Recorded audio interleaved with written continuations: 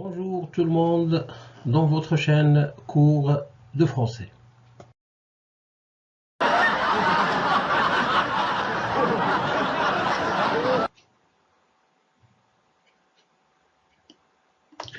Le cours d'aujourd'hui s'intitule le registre comique ou la tonalité comique.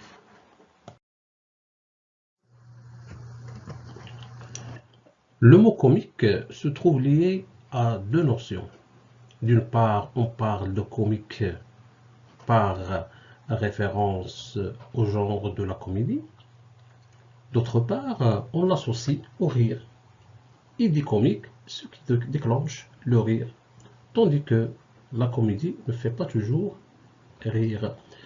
C'est-à-dire que le mot comique, il peut être associé au genre théâtral très connu, la comédie, ou bien il peut être lié aussi à tout ce qui déclenche le rire.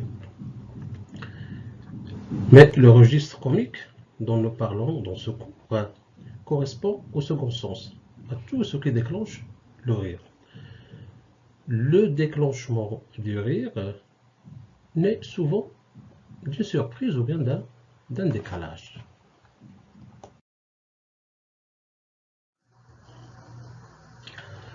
Parlons maintenant des procédés employés dans le registre ou la tonalité comique. Analyser les raisons pour lesquelles rient les auditeurs d'une histoire drôle, les lecteurs d'un texte humoristique, les spectateurs d'un sketch est une tâche très difficile. Parfois, ce qui fait rire les uns ne fait pas rire les autres. Alors, plusieurs éléments sont propres à provoquer le rire. Premièrement, le comique de mots. C'est le jeu de mots, des histoires drôles, des incohérences, des anecdotes. Deuxièmement, le comique de gestes. C'est l'aspect des personnages, leur comportement, parfois leur chute, leur acrobatie, leur grimace. Aussi. Comique de situation, troisièmement, c'est les quiproquos et les malentendus. Parfois, des personnages sur scène, ils n'arrivent pas à s'entendre ou bien ils ne parlent pas de la même chose, ce qui déclenche le rire.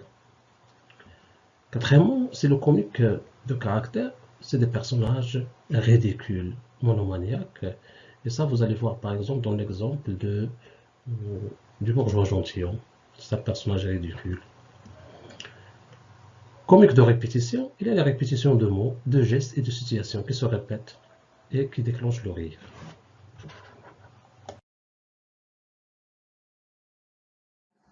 Pour illustrer ce qu'on a appris sur ce registre, je vous ai choisi un extrait du chapitre 32 du dernier jour d'un condamné de Victor Hugo et aussi d'un extrait de l'acte 2, scène 4 du bourgeois gentilhomme de Molière.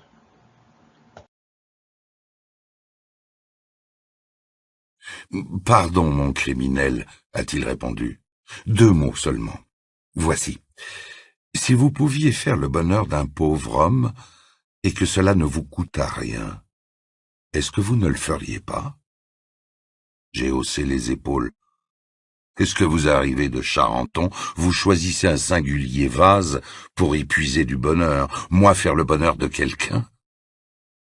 Il a baissé la voix et pris un air mystérieux, ce qui n'allait pas à sa figure idiote. Oui, criminel. Oui, bonheur. Oui, fortune.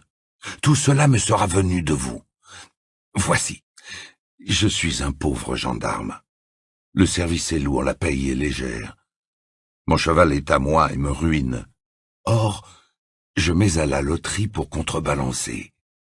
Il faut bien avoir une industrie. Jusqu'ici, il ne m'a manqué pour gagner que d'avoir de bons numéros. J'en cherche partout de sûr. Je tombe toujours à côté. Je mets le 76, il sort le 77. J'ai beau les nourrir, ils ne viennent pas. Un peu de patience, s'il vous plaît. Je suis à la fin. Or, voici une belle occasion pour moi. Il paraît, pardon, criminel, que vous passez aujourd'hui. Il est certain que les morts qu'on fait périr comme cela voient la loterie d'avance. Promettez-moi de venir demain soir, hein, qu'est-ce que cela vous fait? me donner 3 numéros, 3 bons. Hein? Je n'ai pas peur des revenants. Soyez tranquille. Voici mon adresse. Caserne Popincourt, escalier A, numéro 26, au fond du corridor. Vous me reconnaîtrez bien, n'est-ce pas? Venez même ce soir, si cela vous est plus commode. J'aurais dédaigné de lui répondre à cet imbécile si une espérance folle ne m'avait traversé l'esprit. Dans la position désespérée où je suis, on croit par moments qu'on briserait une chaîne avec un cheveu.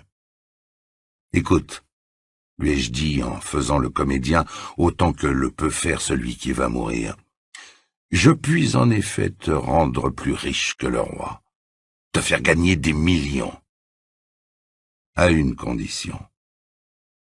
Il ouvrait des yeux stupides. Laquelle? Laquelle? Tout pour vous plaire, mon criminel. Au lieu de 3 numéros, je t'en promets 4. Change d'habit avec moi. Oh, si ce n'est que cela, s'est-il écrié en défaisant les premières agrafes de son uniforme. Je m'étais levé de ma chaise. J'observais tous ses mouvements, mon cœur palpitait. Je voyais déjà les portes s'ouvrir devant l'uniforme de gendarme, et la place, et la rue, et le palais de justice derrière moi. Mais il s'est retourné d'un air indécis. « Ah ça, ce n'est pas pour sortir d'ici !» J'ai compris que tout était perdu. Cependant, j'ai tenté un dernier effort, bien inutile et bien insensé. « Si, fait, lui ai-je dit, mais ta fortune est faite. » Il m'a interrompu. « Ah, bien non. Tiens, et mes numéros, pour qu'ils soient bons, il faut que vous soyez morts. » Je me suis rassis, muet et plus désespéré de toute l'espérance que j'avais eue. Que voulez-vous donc que je vous apprenne? Apprenez-moi l'orthographe. Très volontiers. Après, vous m'apprendrez l'almanach, pour savoir quand il y a de la lune et quand il n'y en a pas. Soit. Pour bien suivre votre pensée et traiter cette matière en philosophe, il faut commencer selon l'ordre des choses par une exacte connaissance de la nature des lettres et de la différente manière de les prononcer toutes. Et là-dessus, j'ai à vous dire que les lettres sont divisées en voyelles, ainsi dites voyelles parce qu'elles expriment les voix, et en consonnes, ainsi appelées consonnes parce qu'elles sonnent avec les voyelles, et ne font que marquer les diverses articulations des voix. Il y a 5 voyelles ou voix, A, E, I, O, U. Et j'entends tout cela. La voix se forme en ouvrant fort la bouche. A, A, A, A. Ah oui. La voix E se forme en rapprochant la mâchoire d'en bas de celle d'en haut.